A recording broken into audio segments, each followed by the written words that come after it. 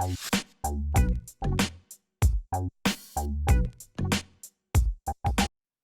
went to my first post-COVID doctor's appointment like a couple weeks ago. And Really? yes, and I was anticipating, I don't know why I was anticipating all kinds of blood work that was off. Because, like, when we've been in quarantine, I've been a little more free with my diet. Like, I've been eating plantain chips and kettle chips and things that I don't necessarily have as much. So I really thought potentially my cholesterol was going to be up. Potentially my blood pressure was going to be off. And I really thought I was going to weigh like so much more than I had like anticipated. But I wasn't. Like, I was still in the range where I was beforehand, and my numbers are actually better. I still don't know how this happened. But you could eat healthy like a week before your doctor's appointment and your numbers are still. So this is a theory that you have that I'm not buying. I do not believe that I could have a whole life of, like, a whole year of pork rind sandwiches, cheese dip, bacon, and You like love a pork rind sandwich, talk. Like, no one eats that. Nobody eats that, okay? Go ahead. Burgers. And then the week before my doctor's appointment, I just eat salad. And all of a sudden, my numbers are going to be perfect. I don't believe that at all. I'm sorry. You expel, like, food goes through digestion. Food comes out of your body. So it doesn't stay there forever. So if you eat healthy for a week, you can totally turn it around. You can turn it around. You can improve your numbers quickly. Of course, I know this. You can improve your numbers quickly, but I don't think that if your lifestyle is like just trash, and then you decide to like eat apples like the week before you go to the doctors, I mean, we should do an experiment, I guess, maybe. But I could do some research. I'm not eating pork rind sandwiches, so I don't care. And I'm gonna be the one trying to eat the pork rind sandwiches because you don't eat that. So I don't think that that's ever happening. Okay. Maybe I'll just like, because I do have another appointment like in, I don't know, a couple weeks. Maybe I can make a point to eat. Because I would have to have data before. It's supposed to be very controlled. I would have to have blood work beforehand. Bam. Eat a week of chips. Get that blood work. Mm-hmm. Eat a week of apples, salads, beets. Get that blood work, and then compare and see if this theory that you have running is accurate, right? Yeah, my theory is accurate. However, I understand what you're saying. When you go to the doctor, everyone feels trepidation, but see, I think that it could change your blood work, but it can't change the number on the scale that much, so if you picked up another 40 pounds, you're not going to lose 40 pounds in a week from eating healthy. That's not how it works. So yeah, you might lose, I don't know, 5 pounds, depending on how much fat you gained or whatever. But that scale number is indicative of what you've been doing over a time period. So I think that that's the true indication of what you're eating and not eating, But I think, like, for me with the COVID, with this whole thing, like, we can't go to workout classes anymore. And that was the thing I enjoyed the most. And so, like, now I do yoga in the morning with you. I'm always, and I did other exercise with another group of girls, too. And I think that those are the things that kept me feeling like at least I was trying to stay healthy, Yeah, that's true. I will say I miss like in-person classes, like yoga. Like hot yoga, that time you told that lady about herself. Yes. Tell that lady about herself. Have her, like, take ownership of the fact, like, acknowledge the fact that you can't have a suggested donation that is policy that is not suggested. That's it. Real simple. Call it a discounted rate. That's not a donation if you're going to tell me I have to give you a minimum. And Brandy, this is what she said. And I love it when Brandy goes off on a tangent, because then everyone thinks Brandy's so calm, but then she tell you this. And then, Brandy, what was the pièce de résistance? How long was the class, Brandy? Okay. They gypped us. Okay. than what the class would have been normally. Like, how are you going to give us an abridged class and then force us to pay a donation? Okay, so we all see what I'm dealing with here. Brandy's not a Zen Buddhist goddess all the time. Okay. But speaking of holding people accountable, gyms are opening back up, right? Are you planning to go to the gym? See, I don't know. And it's so funny because I was just thinking about how I could, how I need to get a bigger apartment so I can work out of my house before I go to the gym. Going to the gym, like, we're there now. I love it. You know, like, I don't know. That's something I have to put a pin in because I do love classes, you know, and sometimes I think about it, but then I'm like, especially like something like Bikram yoga where it's so hot and so sweaty and you know that there's droplets everywhere. Like, and they sent me an email like, oh, we're open for Bikram. And I'm like, who's going to hot yoga now? Like, that's what I remember though. Like, I mean, for as much as it sounds counterproductive, working out is a way to build your immunity, right? So it is something that helps you to keep your immunity strong. Exercise is one of the 8 pillars of lifestyle medicine. So, you know, but we live in New York City.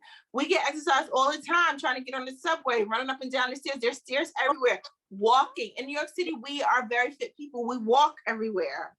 You're sitting in a house and you don't have to go to work. Outside. That's true. Your commute is 3 minutes and it takes what? Less than 50 steps in most people's experiences. That's true. So what you have to do like what I do. After I eat dinner, I put my shoes on and I don't even think about it and I just go for a walk. And then I try to like call a girlfriend and see if she's down to walk with me. But if she's not, my shoes are already on, I'm done. You understand? Like you just have to decide that that's what you're gonna do. And I just walk probably like depending on how I feel, 10 blocks all the way up to 40 blocks in an evening. That sounds cool. Well, guys, I don't know if you guys are deciding if you're going to pick up a fitness regimen, if you're going to, I don't know, shift your fitness regimen, but we have Dr. Simone Lord back here to help you navigate going to the gym. So I'm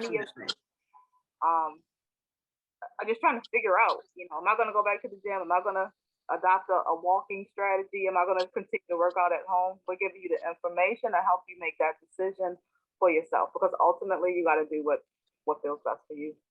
So true. So enjoy our next segment, our interview with Dr. Simone Lord. All right, so staying fit is a really big part of us staying healthy. But how do you feel, Vaughn, about going back into physically into the gym? I don't know about that. Yeah. I don't know about, okay, because when you go to the gym, you always have to worry about other people wiping off their machines because their sweat is now on the machine.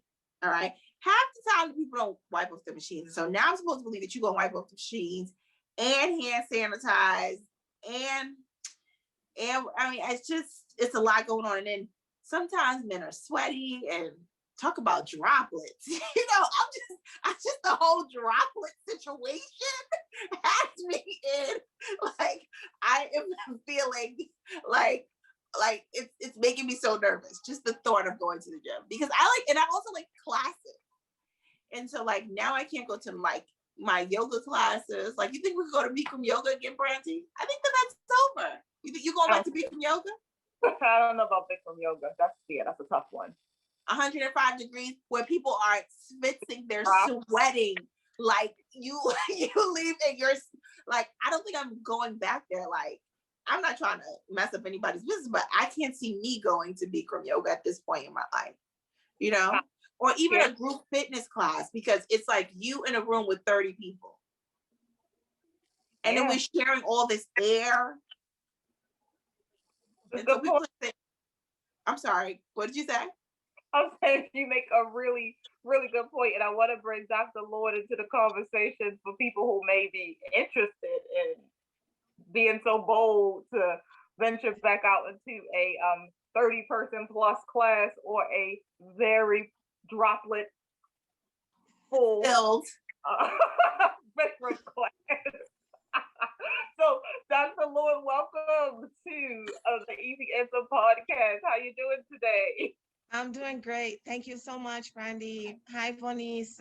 Hello. Yeah, I'm not a big fan of the gym, but I do like to work out outdoors. And so I would suggest that, we do some outdoor workout. There's Tai Chi, there's you can do yoga outside.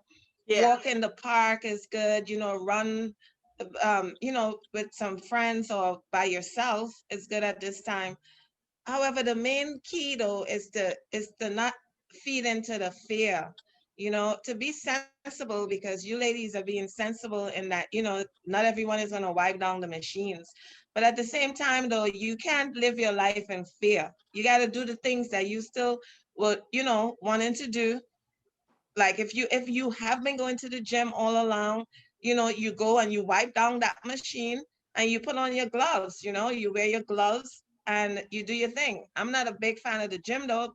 um I'm into more outdoor exercise, hiking So is we can good, go back to a swimming. sauna and hot tubs, you think? I have been going because You have oh yeah, I go. I'm really not sauna. a You go to great. saunas. I didn't do sauna, but I did I think the saunas were closed.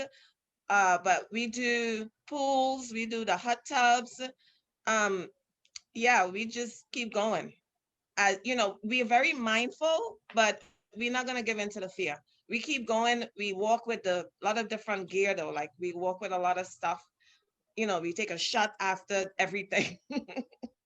So we don't just go in blindly and don't sanitize anything. But listen, you have to go to the supermarket. You have to open the door to go to the supermarket. You got to push the trolley. You might not have your gloves that day because you forgot them. And then you got to touch the fruit and pick it up. So COVID is everywhere. You have to work inside, internally, so that you don't get sick. But if you be afraid and don't want to touch anything, don't want to go out, you're just gonna be, one of those. Some people, I'll put it like this. Some people, when they're so afraid of doing something, that's the very thing that kind of happens to them. Like the guy who's afraid of drowning. And so he never goes in the water ever, but he drowns in his bathtub, because so Yeah, much fear. Yeah, the fear factor alone is stressful and it's a killer. So we got to do away with all that set of fear that we carry around. We have to let it go. that's true. I think Hmm. that's a good idea. That's a great. Yeah. Yeah, I think that's the point. Are there any herbs or teas that you would recommend for somebody who is going to be going to the gym consistently and would have more exposure to COVID than someone who wouldn't, like, will be working out at home or outside? Well, we do a lot of protein shakes. We have a drink called the Man Power, but it's so good that women love it, but it has sea moss, it has almond milk, banana, some oats. So that's why the guys love it. They get some power and everything like that. It's good for us too. It's really, really good. That Irish moss has a lot of minerals, which is good for us at this time. Mineral deficiency is the beginning of disease. A lot of people don't realize that, but that is very, very key. That you keep your body a lot of minerals and saturated with water and oxygen and minerals and fresh air and vitamin D. You got to go outside. You can't be afraid to go outside. A lot of people are afraid to go outside. They haven't come out, so you have to like come out and get some vitamin C, get some vitamin D, get a little fresh air, move around a little bit, Yeah. so I encourage people to come out. I Gotta live your understand. life.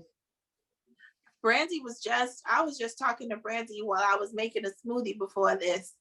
And I had organic carrots, Dr. Lord. And I said to Brandy, whoa, see, Brandy's a lot, okay? This little health food girl that seems so calm. I said to her, what do I do with the carrots? And she was like, roast them and then eat them. I was like, okay. Can you calm it down? I know I'm supposed to eat them, but I'm saying that I'm a person who thinks of carrots in a stew, like a beef stew or something like that. And so Brandy sent me down this whole diatribe of how I should not throw away the tops of my carrots because it was organic, so okay with like the carrot stalk at the top. She was like, put that in the smoothie. I mean, she doesn't get rah-rah about anything, but God forbid you're about to throw away some food. You know, Reggie gets very, very like rah-rah. Well, just like Dr. Lord was saying, like about feeding yourself like the good things that keep you, like that give you like the minerals, that give you the build your immunity. Like a lot of that stuff comes from plants, and a lot of the things that we throw away, especially carrot tops. I don't even know how often you buy carrots with tops on them, unfortunately, but they have so much goodness in them. And so yes, I do get super passionate about making sure that people are so crazy, Dr. Laura. You should have heard her. She was just too much, right? About these carrot tops. Yeah, I completely understand. Go Brandy, because also the beet tops and the radish tops. Radish, yes. There's so much that you can do. People don't realize. Like always, the description I always give of the carrot tops is like if celery and parsley had a baby, right? It has this like herby saltiness to it. So it's great to just kind of throw into a grain. You can throw into a smoothie because, lots of people put celery into a smoothie as well. Or you can mix it into your salad. But there are lots of things. The beet greens, you can literally cook them the same way that you would cook any green. And unfortunately, we're just like constantly throwing those things away, but there's so much nourishment, minerals, and vitamins. And think about it, it's the stuff that we don't have access to like that often because we're not even keeping them on the food that they came on. So when you have an opportunity to get them, yes, put them into the body. Like I told, tell your good friend off to make sure she doesn't throw them away. Yes. Yeah. That's right. Even the watermelon seeds, don't throw them away. Eat them. Yeah. No one's eating them. The same with watermelon rind. People don't use that. And another seed that people don't realize is very beneficial. It's the avocado seed. Like people don't leverage the power of the avocado. What am I supposed to do with that seed? It's huge. Real. Nobody's eating that. What am I supposed to do with that? You grind it up and you put it in a smoothie, literally. How does that taste, Brandy? Really? Well, it's interesting how I feel that avocado doesn't really have a taste. And the seed is similar to, like, it doesn't have a taste, but if it was going to have any taste, it would be like a blander almond. Like, how like that kind of almond has a very subtle flavor to it. It's kind of in that family. So if you just throw it, I just throw mine into like a smoothie. That's usually how I end up using it. Mm-hmm. Okay. I'm for Lent, Dr. Lord, I'm gonna be plant-based for the rest of this month. So all right. I'm working on, you see my skin is glowing. It's glowing. You're not pregnant, right? No, girl. That would be an immaculate conception. I ain't getting nothing going during COVID, right? Okay. So I've been, trying to eat healthy for healthier, more vegetables for 40 days and 40 nights. Oh, you're gonna lose a lot of weight. Are you sure? From your mouth to God's ears. Your mouth to God's ears. Yeah. For 40 days. Good. That's a good plan. And do some walking and some jogging since you can't get to the gym, but you want to go outside on a nice day and get soak up all that sunshine. It's going to make your face glow even more, and you're going to feel a lot better too. Take a nice walk in the park, That's true. I have been walking. I've been trying to do now I've been doing 5,000 steps a day but once it gets warmer and warmer, in April, we're in April now, I'm gonna really get 10,000 steps in. Okay. So we in March, right? Did you say But we in April? April. Oh, once April hits, okay. Yeah. Yes, definitely.